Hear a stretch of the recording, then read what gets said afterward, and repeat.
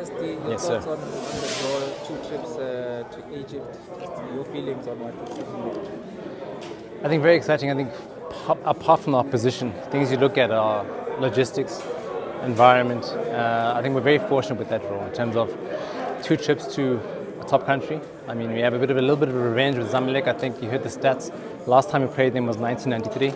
I think that time the club lost in away goals. So a nice bit of history, a massive institution, Zamalek in itself. I mean, recently being Super Cup champions, so very privileged.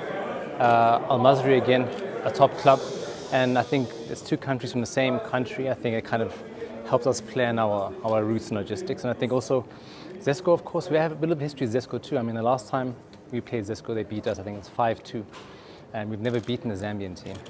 So I think the way it's set up, it's a little bit of history that we can create. Also a shorter flight. So I think in terms of logistics and planning, I think we welcome it. But of course, we're in a group with very, very good and reputable teams. So looking forward to the challenge.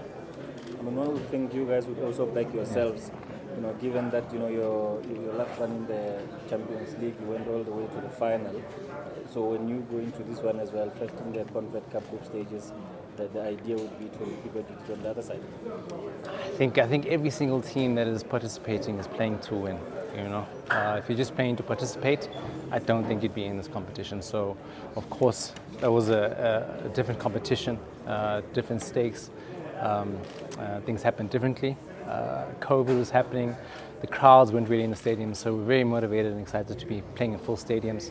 Of course, going as far as we can. We know the expectation, and we know the clubs that are in this competition are top clubs. So just excited for the journey, and I think now the work begins. SD is going to be obviously grueling trips up and down the continent as well. You've got the experience in this as Kaizer Chiefs. How do you think you manage that, making sure also that the league form doesn't dip as well?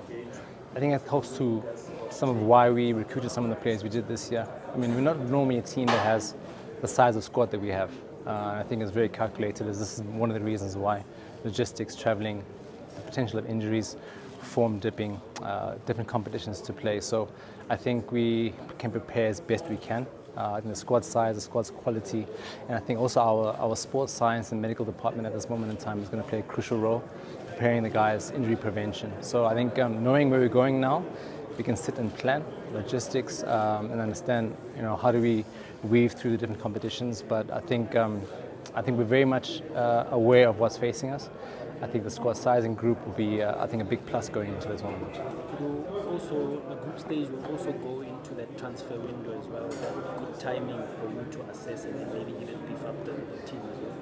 We're always looking to beef up, but you also have to manage the chemistry within the team, the level of understanding, and also introducing the players that we already have signed. So I think it's very much a case of we'll evaluate and see where we are come the transfer window.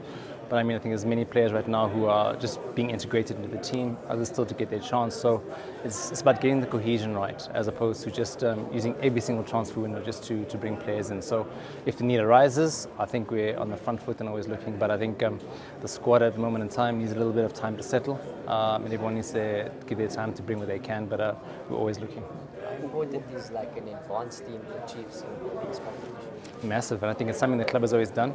Even now, recently in our prelim games, we sent through management, logistics to go and have a look at the environment, to get an understanding of partners in the different countries, because football is about relationships, understanding the landscape. It's not just about the game that happens in the day. So very important. And now again, like I said, we know where we're going. We know the territories. We can sit down and plan with our stakeholders. How do we approach the journey from a travel perspective, from a dietary perspective. So I think all the planning and the work begins now. But advanced team, I think, Sundowns, Pirates, they've been in these competitions and they've got that well-oiled, security, understanding the landscape. So it's very important and something that we're going to lean heavily towards. And one thing that I would think you have seen is home ground advantages. Sure. Quite a big thing in continental football. Is that something that you'd be looking at, given the kind of atmosphere you created at Dobson? I think all teams would be. I think you kind of have to plan the 2 legs strategically. At the same time, whether it's home and away, if you're winning your matches, you're progressing. I think you need a bit of experience in these tournaments and these encounters away. So, home ground, you have to make sure that it's a bit of a slaughterhouse. You get the environment in your favor, the crowd behind your back. It's a massive plus. We've seen a lot of the North African giants. The atmosphere that they're able to create is a real plus. And if you're going into those environments, it can be very hostile.